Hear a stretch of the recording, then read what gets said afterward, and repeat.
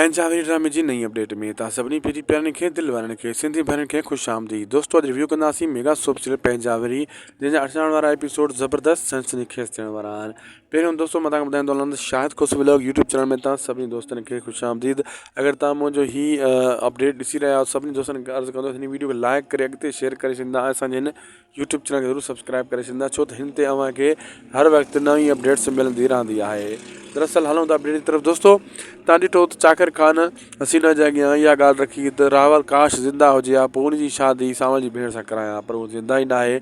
यानी उहो हसीना खे इहो ॿुधाए रहियो आहे त रावल मरी चुको आहे। हसीना इहा ॻाल्हि ॿुधी ख़ुशि थी वेंदी, जान छुटी। बहरहाल मरी न चुको आहे, रावल ज़िंदा आहे ऐं हू हिकिड़ी कोशिशि करे रहियो आहे त अगरि ॾिसूं इन में इनजी ख़ुशी थिए थी या रोए थी, यानी मां उहो कातिल ज़ाहिर कयां। ठीकु आहे न, चाकर इहा गेम खेली रहियो आहे ऐं हसीना खे पंहिंजे गेम जी जार में फसाइण जी कोशिशि करे रहियो आहे। अहिड़े हिसाब सां हसीना ख़ुशि थी वेंदी, जान छुटी, दुश्मन मरी हुजे अचे हा त मुंहिंजे मथां बके हा।